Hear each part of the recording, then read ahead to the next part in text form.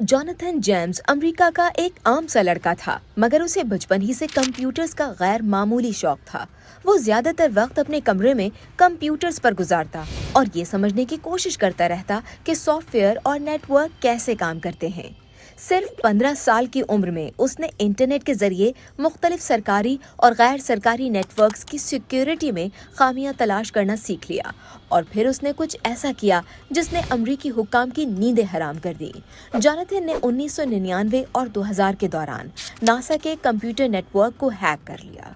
जी हाँ, NASA. Jonathan ने NASA के कंप्यूटर नेटवर्क में घुसकर सॉफ्टवेयर का सर्विस कोड डाउनलोड किया, वो कोड जो इंटरनेशनल स्पेस स्टेशन से मुतालिक था। बताया जाता है कि इस वाक़े की वजह से नासा को अपना सिस्टम कुछ दिन के लिए बंद करना पड़ा और उन्हें काफ़ी माली नुकसान भी हुआ। लेकिन ये बात भी याद रहे कि ये इस बात का कोई सबूत नहीं मिला कि जॉनथन ने CIA के मरकजी सिस्टम को बराह रास्त हैक किया हो। बात यहाँ खत्म नहीं होती।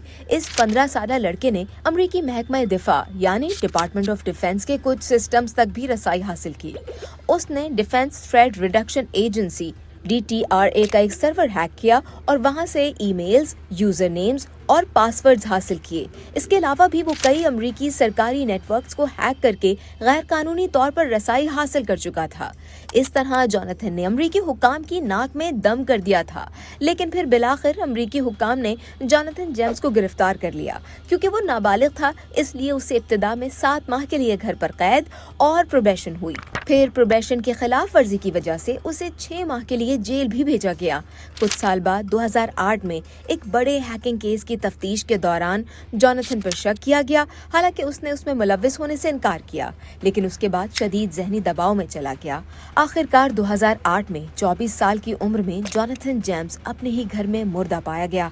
कहा जाता है कि ज़हनी दबाव के बायस उसने अपनी जान ले ली थी। उसके कमरे में एक खत भी मिला जिसमें लिखा हुआ था कि मैं इस केस में बेगुनाह हूँ, मगर मुझे निज़ाम इंसाफ पर एतमाद नहीं है।